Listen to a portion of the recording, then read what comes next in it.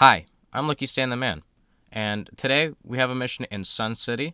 It is a simulator battle, which is a neat little twist from the usual content.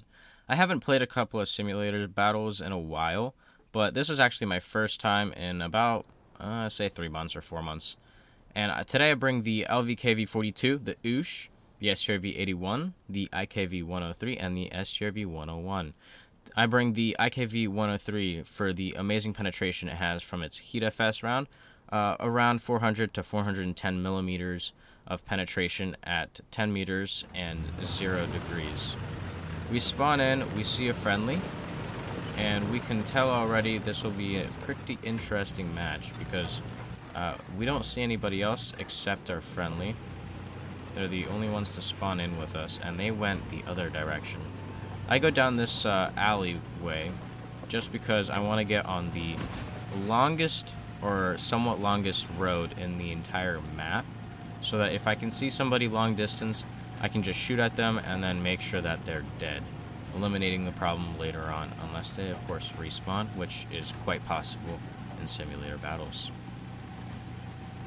Now, for those of you that play simulator battles every once in a while or pretty often, most of you probably know about this debate, whether or not binocular view is better than gunner view. Now, for those of you that are new, let me explain. Binocular view is the view that your commander is in and can see with their somewhat so-called binoculars. Gunner view is where your gunner looks through and can shoot. All binocular view can do is look around, and once you click on it, it will move your gunner's view to that certain area that you clicked on. Now, I like to stay on the side with the binocular view just because it's a little bit more open, let's say, to viewing stuff.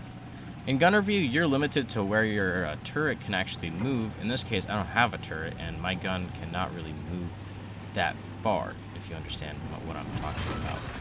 Binocular view, I think, is better because it's also at a higher altitude by maybe half a meter than the gunner view, which means if you have an obstacle like a car or a bus, which is especially prominent in this map, and because it's modernistic and urban, then it might be a problem in seeing if you're going to be able to shoot something or if there's something behind the cars. And that's why I choose the binocular view over the gunner view. It just makes sense to me, at least. For those of you that actually like gunner view, let me know in the comments why, and a little explanation if you would. I'd like to hear out your guys' side of the story. Now, I have gotten off of the main road over here, and there's a slight strategy I was playing here. I was thinking to get in the middle of the map and cut off anybody that went this way. Now, an important thing in simulator battles is to listen to everything. You want to turn off your engine every once in a while to make no noise. Quiet, please.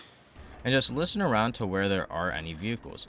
Now, in this certain situation, I actually heard a vehicle, and then I turned out it was right in front of me.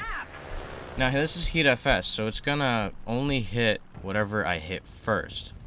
So if it hits a fence, it's going to only penetrate the fence. It's not actually going to penetrate the tank behind it, which is kind of sad, which means I have to waste one round in order to make a small gap to which then I shoot through to the enemy. But the enemy escapes me right as my reload is over. So I was starting to think maybe I should go chase after him because he's going to the right. So at the next street or intersection, whatever you want to call it, I was going to go and turn right and follow him up. Then the friendly crashes in this plane, which is quite surprisingly. I'm not sure how you do that in a simulator plane, but I guess it happens. Now I take my right turn, and here is a staircase of green grass. Quite interesting, I say. Interesting. I wasn't really worried for my depression, and then I found this. A pair of PT-76 57s. Really unexpected surprise. They actually spotted them out on the map next to the beat point, so I came here and then I found them. Second was, I think he was turning his barrel towards me, but I didn't let that happen. Ammunition exploded for him. And then we say bye-bye. Now, I sped the footage up a little bit, just because I've never been on this part of the map, and I did note that these sidewalks over here are not drivable, or like you can't get on them physically. So yeah, don't mind me wasting my time. I was also listening to engine sounds, which I actually did hear. They were to my right, and I was gonna assume that was the first enemy that I spotted. But then again, I didn't really know how to go over to that side, so I just thought maybe I should go and help recap the B point and see what's going on there, because some problems were apparently rising. So as we make our way here, you'll notice I'm very cautious about what is behind me, just because I didn't know if those PT-76s, 57, were actually going to respawn and like head right for me. So I was kind of on the edge here, and it was pretty scary, not gonna lie. Alright, so we're here, we're almost at the B point, and I'm starting to wonder, where are the enemies? Did they just step on the B point and then back off, or what exactly could have happened? So as we see here, and we'll find out, their plan was actually pretty good. I'm not gonna lie. It's pretty interesting. So we go here and we see that there's somebody on the bridge. I snipe them really quickly.